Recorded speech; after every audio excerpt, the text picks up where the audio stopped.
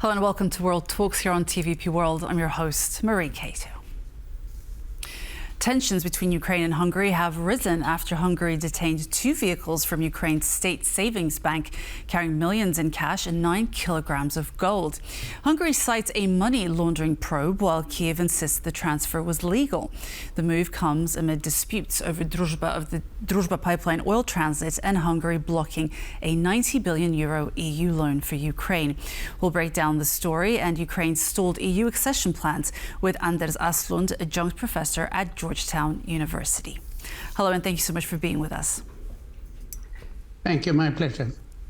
So, the Ukrainian Foreign Minister Andriy Sybiha called Hungary's actions state racketeering and terrorism and said Ukraine will respond in a mirror manner. So, in your view, is this primarily a move by Viktor Orbán to boost his domestic popularity before the election, or do you think it's a strategic effort to pressure Ukraine while aligning with Russia's interests? What do you think? Yeah, I think that it's basically a small, nasty thing. What the Ukrainians say is that this was a standard delivery of values of about $80 million, which is not very much for a big bank. So it seems completely unjustified, and to call this money laundering sounds absurd. To take an action when there is no plausible reason to suspect a crime seems obnoxious. And generally, Viktor Orbán is behaving obnoxiously in relation to Ukraine and the European Union, as you know. It's a difficult time because essentially this crisis, diplomatic crisis, I think it's probably a bit more than a diplomatic crisis right now, between the two countries, the two leaders, has essentially escalated to a point where it's difficult for both of them to back down. Viktor Orbán is in the midst of a political campaign. President Zelenskyy essentially is definitely in need of this 90 billion EU aid package, and Slovakia and Hungary are vetoing it. What do you think? How far is this going to escalate? Well, you saw that Orbán's Minister of Foreign Affairs was in the Kremlin yesterday and was extremely well received. And Putin promised all his support for the Hungarian elections.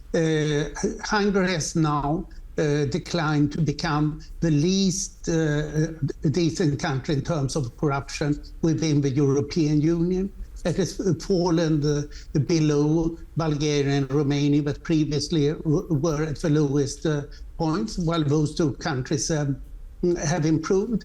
And Hungary is not very democratic any longer. That's why Donald Trump loves Orban and Hungary. And Orban is working closely with Putin, Xi Jinping, and Trump, but the economy is doing very poorly because this is really the most corrupt country within the European Union today.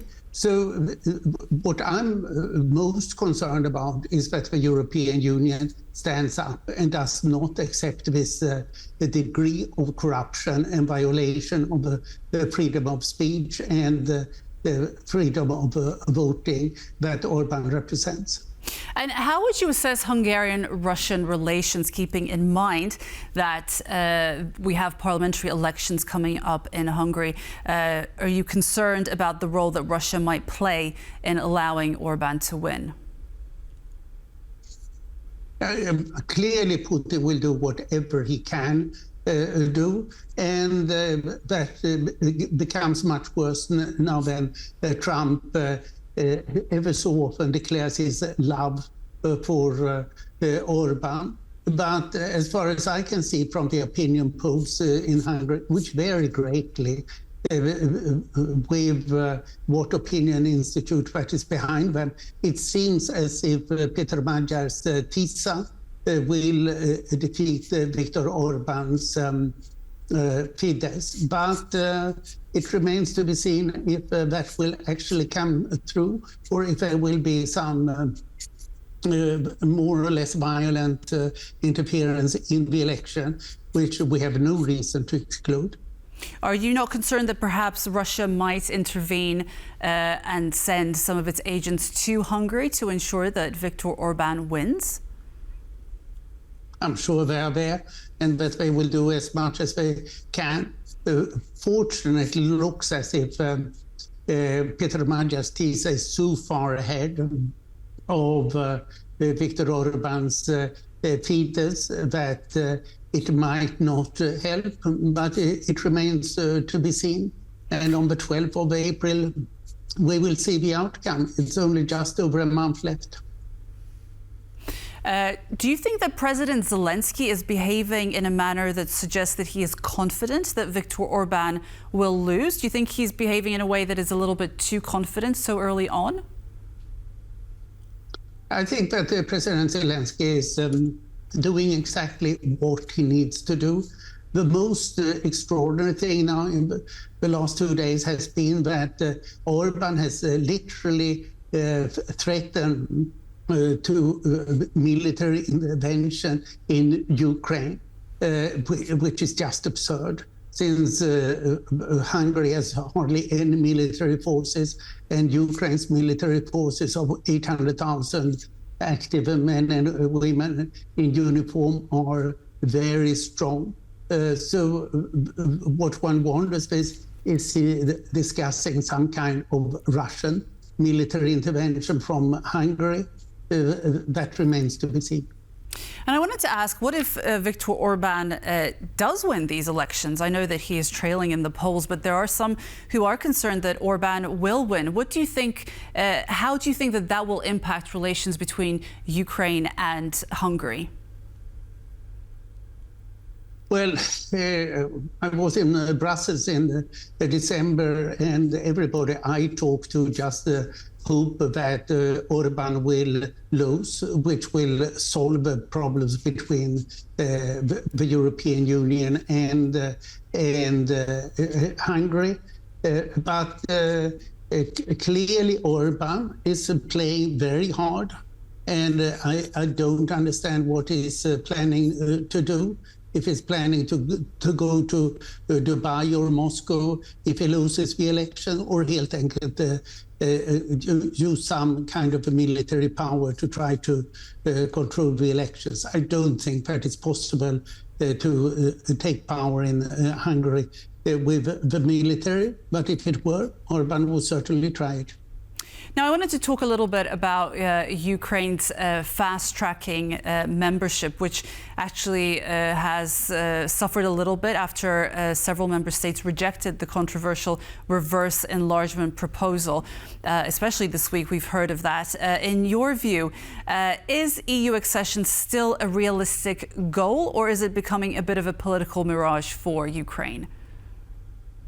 I think it's highly realistic, but the question is time. Normally, it takes 2 to 3 years of intense negotiations and then 2 years for ratification, which would take us to 2030. So this 2027 for accession, that's a mirage, but you can do many things on the way.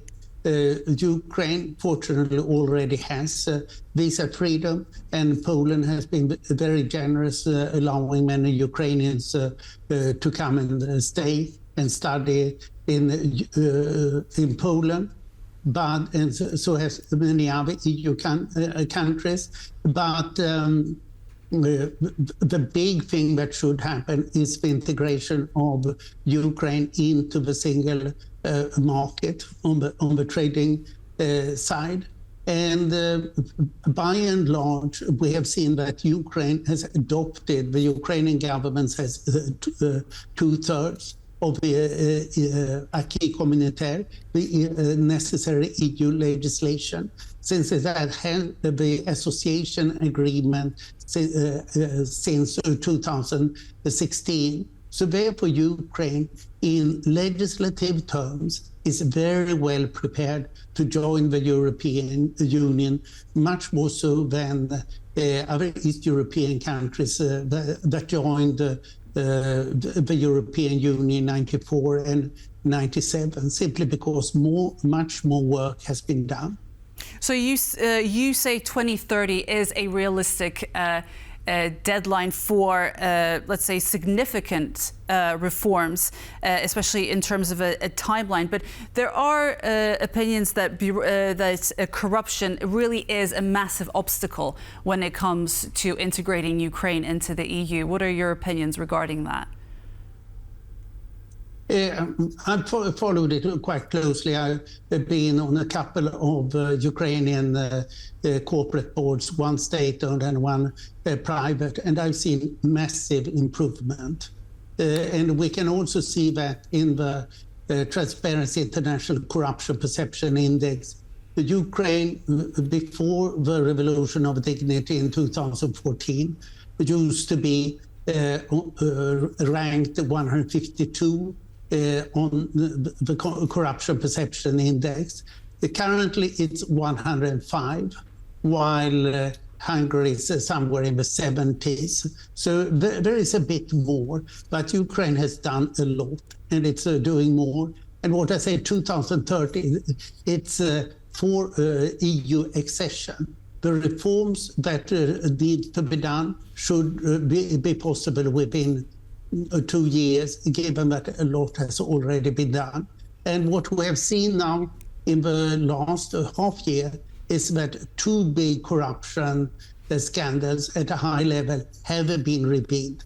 That a country has corruption scandals shows that it really cleans it up. Hungary has no corruption scandals, not to mention Russia, but has fallen deeply into the profound corruption, unlike Ukraine. Okay, Anders Åslund, Adjunct Professor at Georgetown University, thank you for joining us today. Thank you very much. My pleasure. And that's a wrap for World Talks. Thank you so much for joining us, and stay with us as World News with Diana Sky is coming up next. Goodbye.